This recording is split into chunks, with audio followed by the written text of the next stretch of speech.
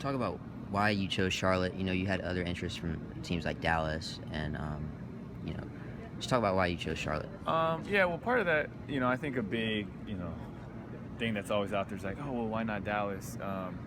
And honestly, like, Dallas, there was a lot of mutual interest for, the majority of the free agency until like right about when, a few days before I was about to sign, there really wasn't much interest on their end for me.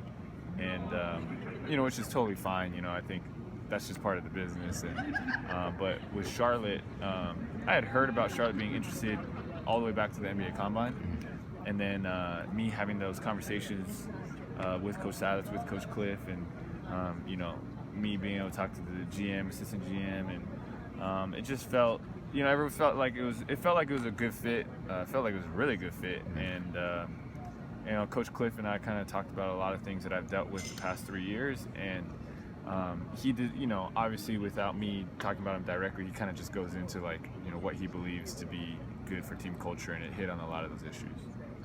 Talk about reuniting with Troy. Reuniting. We only played like 3 games, so I don't know. I guess One of those games. One of the games is a big game, yeah. so it is kind of a reunion. But I actually haven't spent that much time with him on the same team. He really was in the D League up until a week before he hit that shot, and then we lost like the next game after 2 games after, and then that was the end of that. But I really like Troy. He definitely belongs in this league, and he's just a great guy all around. I'm just excited to play with him. I think he's going to make my job a lot easier.